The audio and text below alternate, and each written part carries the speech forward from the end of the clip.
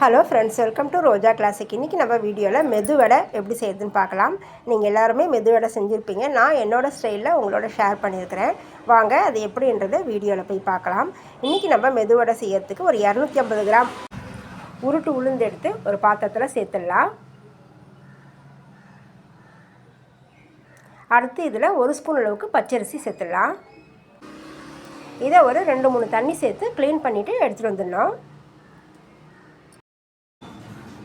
உளுந்தை க்ளீன் பண்ணி எடுத்து வந்துட்டேன். இப்போ நல்ல தண்ணி சேர்த்து இப்போ உளுந்தை வந்து ஒரு மணி நேரத்துக்கு ஊற விட்டுடலாம். தண்ணியோட அளவு பார்த்திங்கன்னா இந்த உளுந்து வந்து மூழ்கிற அளவுக்கு மட்டும் தண்ணி சேர்க்கணும், ரொம்ப தண்ணி சேர்க்கக்கூடாது.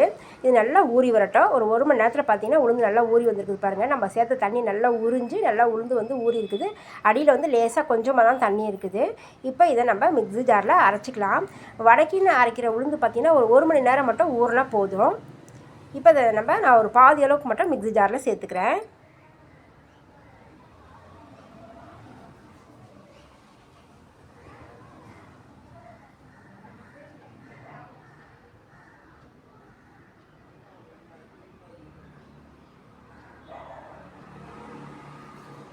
அடுத்து நம்ம இந்த உளுந்து ஊறிச்சு இல்லையா, அந்த தண்ணியே வந்து கொஞ்சமாக சேர்த்துக்கலாம்.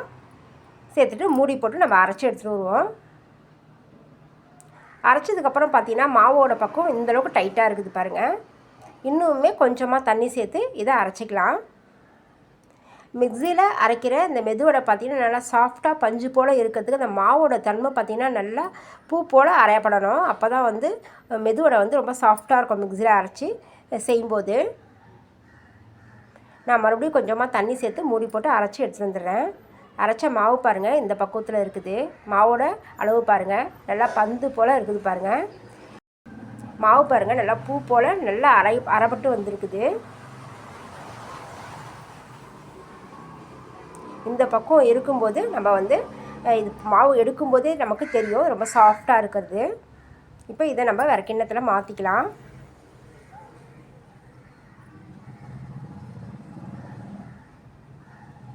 இது கொஞ்சம் திக்காக தான் இருக்குது. நம்ம அடுத்து மாவு அரைக்கும்போது பார்த்திங்கன்னா உப்பு சேர்த்து அரைக்கும்போது அது கொஞ்சம் தளர்வாக இருக்கும். அதை இதை கூட சேர்க்கும்போது பார்த்திங்கன்னா அந்த வடை மாவுடைய பக்குவம் பார்த்திங்கன்னா சரியாக வந்துடும். மீதி இருக்கிற உளுந்தையும் நான் ஜாரில் சேர்த்துடுறேன். அந்த தண்ணியோடு சேர்த்து நம்ம மூடி போட்டு அரைச்சி எடுத்துகிட்டு வருவோம்.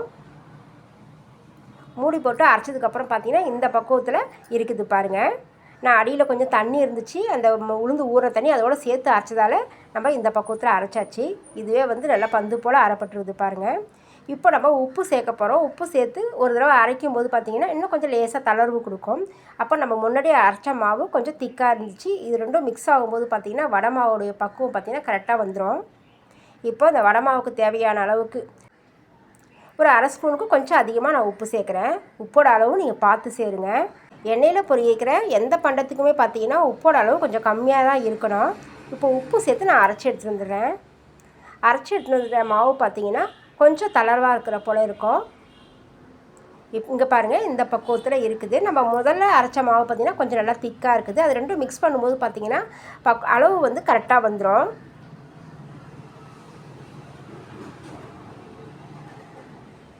இப்போ மெதுவடைக்கான மாவு பார்த்திங்கன்னா இந்த பக்குவத்தில் தான் அரைச்சி எடுக்கணும். இதில் ஒரு அரை ஸ்பூன் அளவுக்கு சீரகம் சேர்த்துடலாம். அதே போல் அரை ஸ்பூன் அளவுக்கு மிளகு சேர்த்துக்கலாம். பொடியாக நறுக்குனா பச்சை மிளகாய் ஒரு 3 மிளகாய் எடுத்து நல்லா காரமான மிளகாய் பொடியாக நறுக்கி இதில் சேர்த்துடலாம். பொதுவாக மெதுவடைக்கு வெங்காயம் கொஞ்சம் கம்மியாக சேர்ப்பாங்க. நான் இன்றைக்கி வெங்காயம் கொஞ்சம் அதிகமாக சேர்க்குறேன். கொஞ்சம் பெரிய பெல்லாரி வெங்காயம் கொஞ்சம் எடுத்து அதை நல்லா பொடியாக நறுக்கி சேர்த்துருக்குறேன். அரை ஸ்பூன் அளவுக்கு பெருங்காயத்தூள் சேர்த்துடலாம். இந்த வெங்காயத்தோட அளவு கூடி குறைச்சல் சேர்க்குறது நம்ம விருப்பம்தான். வெங்காயம் அதிகமாக சேர்த்தா நல்லாயிருக்கும், வாசனையாக இருக்கும். இப்போ நல்லா ஒரு கைப்பிடி அளவுக்கு மல்லித்தழை சேர்த்துடலாம்.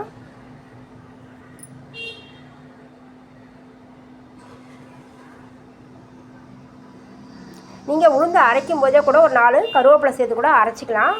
அந்த வடையோட கலர் பார்த்திங்கன்னா கொஞ்சம் லைட்டாக ஒரு க்ரீன் கலர் இருக்கிற போல் இருக்கும். இதில் பார்த்திங்கன்னா துருவின இஞ்சி நல்லா 1 ஸ்பூன் அளவுக்கு நான் இதில் சேர்த்துருக்குறேன். இஞ்சி சேர்த்துட்டு நம்ம இப்போ எல்லாத்தையும் ஒன்றா நல்லா மிக்ஸ் பண்ணி விடலாம். இப்போ எல்லாமே சேர்த்து ஒன்றா கலந்து விடும்போது பாருங்கள் மாவுடைய பக்குவம் எப்படி இருக்குது பாருங்கள். மாவு இந்த பக்குவத்தில் இருக்கும்போது பார்த்திங்கன்னா மெதுவடை மேலே நல்லா கிறிஸ்பியாகவும் உள்ளே நல்லா சாப்பிட்றதுக்கு ரொம்ப சாஃப்டாக பஞ்சு போல் இருக்கும். எண்ணெயும் குடிக்காது.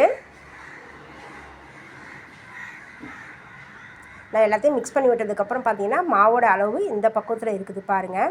நம்ம வெங்காயம் சேர்த்து கலந்து விட்டதுக்கப்புறம் உடனேவே எண்ணெயில் பொரித்து எடுத்துடணும். கொஞ்சம் நேரம் விட்டாலும் அந்த வெங்காயத்தோட ஈரத்தன்மை ஆகி மாவு வந்து கொஞ்சம் நீத்த மாதிரி ஆகிடும்.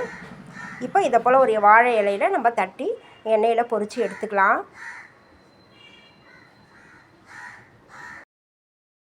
ஒரு வாழை இலை எடுத்து இதை போல் மாவை கொஞ்சம் நமக்கு எந்த சைஸ் வேணுமோ அந்த சைஸ்க்கு வச்சுட்டு நடுவில் ஒரு ஹோல்ஸ் போட்டு நம்ம எண்ணெயில் போட்டு வேக வச்சு எடுக்கலாம். இல்லை பாலித்தீன் கவர்லேயே அதை போல் தட்டி சேர்த்துக்கலாம். நான் வந்து உங்களுக்கு ஒன்று தான் வந்து வாழை இலையில் தட்டி எண்ணெயில் போட்டு காமிக்கிறேன். நான் வந்து எல்லா மாவுமே பார்த்தா கையிலேயே வந்து நான் தட்டி ஹோல்ஸ் போட்டு எண்ணெயில் பொரித்து எடுப்பேன். இந்த மெதுவடையோட அளவு பார்த்திங்கன்னா நம்மளுடைய விருப்பம் தான். பெரிய சைஸாகவும் சுட்டு எடுத்துக்கலாம், சின்ன சைஸாகவும் சுட்டு எடுத்துக்கலாம். எங்கள் வீட்டில் மெதுவடையோட அளவு பார்த்திங்கன்னா இந்த அளவில் தான் இருக்கும். எண்ணெயுமே பார்த்திங்கன்னா மீடியம் ஃப்ளேமில் அந்த சூடு இருக்கணும். இப்போ 2 பக்கமும் நல்லா வறுபட்டு நல்லா ஒரு வாசனை வரணும். மெதுவடை நல்லா வெந்து வர வாசனை பாருங்கள். வீடு முழுக்க நல்லா கமகமன்னு ஒரு வாசனையோட மெதுவடை நல்லா வெந்து வந்துட்டுருக்குது. எண்ணெயுமே அதிகமாக குடிக்கல. கொஞ்சம் நேரம் ஒரு பக்கம் நல்லா வெந்ததும் மறுபக்கம் நம்ம கரண்டியால் திருப்பி விட்டுடலாம்.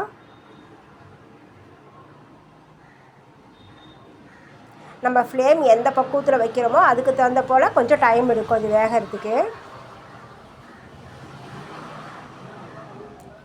நல்லா இந்த போல் திருப்பி விட்டுட்டே இருந்தீங்கன்னா நல்லா அந்த சலசலப்பெல்லாம் குறைஞ்சி நல்லா அந்த அளவுக்கு கலர் வந்ததும் நம்ம எடுத்துடலாம். மெதுவடை வெந்த நல்ல மணமாக ஒரு வாசனை வரும். அதுவே நமக்கு தெரியும். நம்ம எடுத்துடலாம். லேசாக எண்ணெய் இருந்தாலும் நம்ம இந்த டிஷ்யூ பேப்பரில் வைக்கும்போது எண்ணெய் வந்து உறிஞ்சிடும். நான் இதே போல் மீதி இருக்கிற மாவையும் நான் எண்ணெயில் மெதுவடையை தட்டி சேர்க்குறேன். சேர்த்து இதுவுமே நான் வேக வச்சு எடுத்துருக்கிறேன். நம்ம மீடியம் ஃப்ளேம் ஹை ஃப்ளேமில் வைக்காமல் மீடியம் ஃப்ளேமில் வேக வச்சு எடுத்துக்கலாம். எண்ணெய் குடிக்கவே இல்லை பாருங்கள். நான் எல்லா மாவுமே சுட்டு எடுத்துட்டேன்.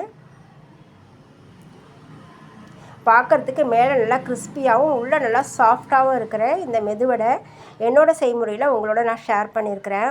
எப்படி இருந்துச்சுன்னு சொல்லிட்டு நீங்கள் கமெண்ட்ஸில் சொல்லுங்கள். நான் ஒரு மெதுவடையை எடுத்து உங்களுக்கு புட்டு காமிக்கிறேன் பாருங்கள்.